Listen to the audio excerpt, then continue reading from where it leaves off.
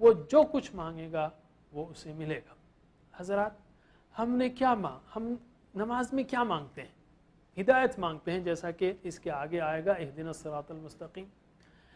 ہر نماز ہمارے لیے ایک طرح سے قرآن سمجھنے کی یاد دہانی ہے، یا قرآن سمجھنا ضروری ہے، اس کی یاد دہانی ہے۔ مثلا اگر ہم نے امام کے پیچھے نماز پڑھی، ہم نے کہا آمین، امام نے جو ہے سورہ فاتحہ پڑھی، اہدنا الصراط المستقیم صراط الذین انعمت علیہم غیر المغضوب علیہم ولا الضالین، ہم نے کہا آمین۔ اب اللہ تعالیٰ اس کے بعد جواب میں گویا ہمارے سوال کے قرآن کا کچھ ٹکڑا ہمیں ہدایت کے طور پہ دیتا ہے۔ اگر مجھے اس بات کی فکر ہی نہ ہو کہ اللہ تعالیٰ نے مجھے کیا ہدایت دی، سمجھنے کی فکر نہ ہو، تو پھر یہ کیسی دعا ہے؟ اس بارے میں غور کیجیے۔ تو اس حدیث کو ہر نماز میں ہر وقت سورہ فاتحہ پڑھتے ہوئے، چونکہ ہم ہر رکعت میں کھڑے ہوتے ہیں، پھر ذہن ادھر ادھر ہونے لگتا ہے، اس کو یاد رکھیے کہ اللہ تعالیٰ ہم سے بات چیت کر رہا ہے، ہم ایک ایک آیت کا وہ جواب دے رہا ہے، جو بھی ہم کہتے ہیں اس کا جواب مل رہا ہے۔ میں کہتا ہوں کہ ہم میں سے اکثر لوگوں کو شکایت ہے کہ نماز میں وسوسے آتے ہیں، جیسا میں کہہ رہا تھا کہ وسوسے آتے ہیں اور ذہن ٹھہرتا نہیں، تو ہم کہیں گے بالکل، کیونکہ ہمارا ذہن جو ہے بہت پاورفل ہے، ایک خطرناک جن کی طرح ہے، جو ایک سیکنڈ یہاں ہوتا ہے، دوسرے سیکنڈ جو ہے کہیں 10 سال پہلے چلا جاتا ہے، تیسرے سیکنڈ اپنے شہر چلا جاتا ہے، کہیں بھی جاتے رہتا ہے۔